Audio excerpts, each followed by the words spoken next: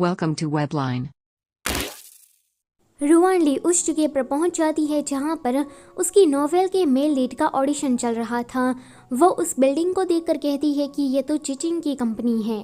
वो सोचती है कि मेरा नसीब इतना भी खराब नहीं है कि मुझे आज चिचिन का चेहरा देखना पड़े। वो अपनी कलीग के साथ चोरी चुपके जा रही थी। सामने से जीचेन आ रहा था पर दोनों में से कोई भी एक दूसरे को नहीं देख पाता। आगे रुवानली डायरेक्टर से मिलने के लिए चली जाती है। डायरेक्टर उसे कहते हैं कि इस लड़के का नाम यांग गुआंग है और यही तुम्हारी कहानी के मेल लीड बनने के लिए परफेक्ट है। पर जब रुवानली उस लड़के को देखती है तो वो कहती है कि मेरी कहानी के लिए ये लड़का परफेक्ट नहीं है। यह सुनकर वो लड़का तो गुस्सा हो जाता है। वो कहता है कि अगर तुम्हें अपनी कहानी के लिए जीचेन जैसा कोई लड़का चाहिए तो तुम जीचेन को ही क्यों नहीं बुला लेती, मेरी यहाँ क्या जरूरत है। तभी ही पीछे से जीचेन आता है। वो कहता है कि तुमने क्या कहा। रुवानली कहती है कि मर गई। जीचेन यहाँ पर कर क्या रहा है, लगता है कि उसने मेरा चेहरा देखा नहीं है। तो वो डायरेक्टर से इस तरह से कहती है कि मुझे थोड़ा काम है तो मैं जल्दी जा रही हूँ। पर जैसे ही वो अपना सर ऊंचा करती है तो जीचेन उसे देख लेता है। जीचेन पूछता है डायरेक्टर से कि ये लड़की यहाँ कर क्या रही है। तो डायरेक्टर उसे कहते हैं कि ये लड़की यहाँ पर ऑडिशन के लिए। पर तभी ही उसका ध्यान जाता है उन दोनों पर। जीचेन रुवानली को लेकर कहीं जा रहा था। रुवानली कहती है कि जीचेन तुम क्या पागल हो गए हो, जल्दी से मुझे छोड़ो। जीचेन रुवानली को लेकर एलिवेटर में आता है एंड एलिवेटर को बंद कर देता है। रुवानली से वो कहता है कि तुम ऐसे प्रिटेंड क्यों कर रही हो जैसे कि हम लोग अनजान हो। रुवानली कहती है कि अब हम बड़े हो गए हैं तो तुम क्या इस बात का मतलब नहीं समझते। जीचेन उसे गले लगा लेता है। वो कहता है कि रुवानली मैंने तुम्हें काफ़ी ज़्यादा याद किया, क्या तुमने मुझे याद नहीं किया। रुवानली कहती है कि पहले तुमने ही कहा था कि यह सब कुछ नाटक है, तो फिर तुम ऐसे प्रिटेंड क्यों कर रहे हो जैसे कि तुम मुझे कोई पसंद वगैरह करते हो। और तब तो मैं तुम्हारे लिए सिर्फ एक स्टूपिड फैन के अलावा और कुछ थी भी नहीं। तो जीचेन उसे किस करता है। रुवानली उसे दूर करने के लिए उसके लिप्स पर काट लेती है तो वो दूर हो जाता है। वो कहता है कि रुवानली मुझे लगता है कि सच में इस बार मैं पागल हो जाऊंगा। इतना कहते ही वो चला जाता है। फिर वो याजुन से मिलता है। याजुन उसे कहती है कि जीचेन ये तुम्हारे लिप्स को क्या हुआ। तो जीचेन कहता है कि एक जंगली बिल्ली ने काट लिया।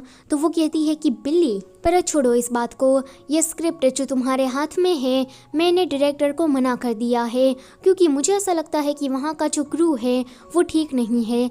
जीचेन कहता है कि ठीक है। वो जाते टाइम सोचता है कि रुवानली पहले मैंने तुम्हें एक चांस दिया था पर अब तुम मेरी ज़िंदगी में आई हो तो इस बार मैं तुम्हें जाने नहीं दूंगा और तुम जितना भी रोओगी फिर भी मैं नहीं रुकने वाला हूँ। यहाँ पर रुवानली ऑफिस में काफ़ी ज़्यादा परेशान थी।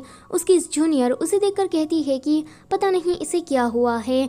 तभी ही रुवानली को उसके ब्लाइंड डेट का कॉल आता है। रुवानली उसे कहती है कि माफ़ कर देना, आज रात मैं तुम्हारे साथ डिनर नहीं कर सकती। पर उसका जो ब्लाइंड डेट था उसका नाम मिस्टर जाओ था। वो उसकी कंपनी में ही आ जाता है। वैसे वो उसकी कंपनी में उसके साथ ही काम करता है। तो वो कहता है कि क्यों ना हम लोग साथ में आज ही लंच करने जाए। अगले सीन में ये तीनों कुछ इस तरह से बैठे होते हैं।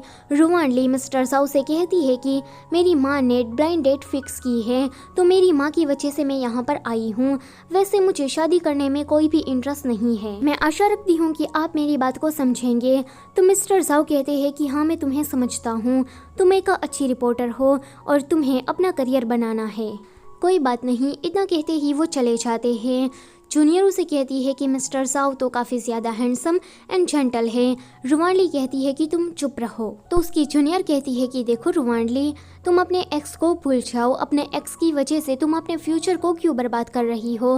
मिस्टर जाओ बहुत ही ज़्यादा अच्छे लड़के हैं तो तुम्हें उसे एक चांस देना चाहिए। आगे रुवानली घर वापस आ जाती है। मिस्टर जाओ का उसे मैसेज आता है कि वो उसे कल काम पर छोड़ देंगे। रुवानली पहले मना करने वाली थी पर जब उसे जूनियर की बात याद आती है तो वो मान जाती है। अगले दिन मिस्टर जाओ रुवानली को जीचेन की कंपनी पर छोड़ने के लिए आते हैं। यहाँ पर रुवानली जीचेन को जब जाते हुए देखती है तो वो नीचे झुक जाती है पर वो सोचती है कि ये मैं कर क्या रही हूँ। मिस्टर जाओ कहते हैं कि तुम्हें क्या कुछ हुआ है। तो रुवानली कहती है कि मेरे बाल सीट बेल्ट में फंस गए हैं। तो वो उसके करीब आ जाते हैं। वो कहते हैं कि लाओ मैं तुम्हारी मदद कर देता हूँ। पर रुवानली उसे इतना करीब देखकर उसे दूर करती है एंड कहती है कि मैं खुद ही कर लूँगी। मिस्टर झाओ कहते हैं कि माफ़ करना, मुझे तुम्हारे करीब इतना नहीं आना चाहिए था। तभी ही चीचन आकर कहता है कि तुम अपनी कार को थोड़ा साइड में लो क्योंकि दूसरों को भी पार्किंग करनी है। फिर रुआन ली भी वहाँ से चली जाती है। जाते टाइम वो सोच रही थी कि अभी मुझे ऐसा लग रहा है जैसे कि मैं अपने पति को धोखा देकर किसी दूसरे आदमी के साथ हूँ। पर रुको, मैं ये क्या सोच रही हूँ। वो बहुत ही ज़्यादा चिढ़ जाती है।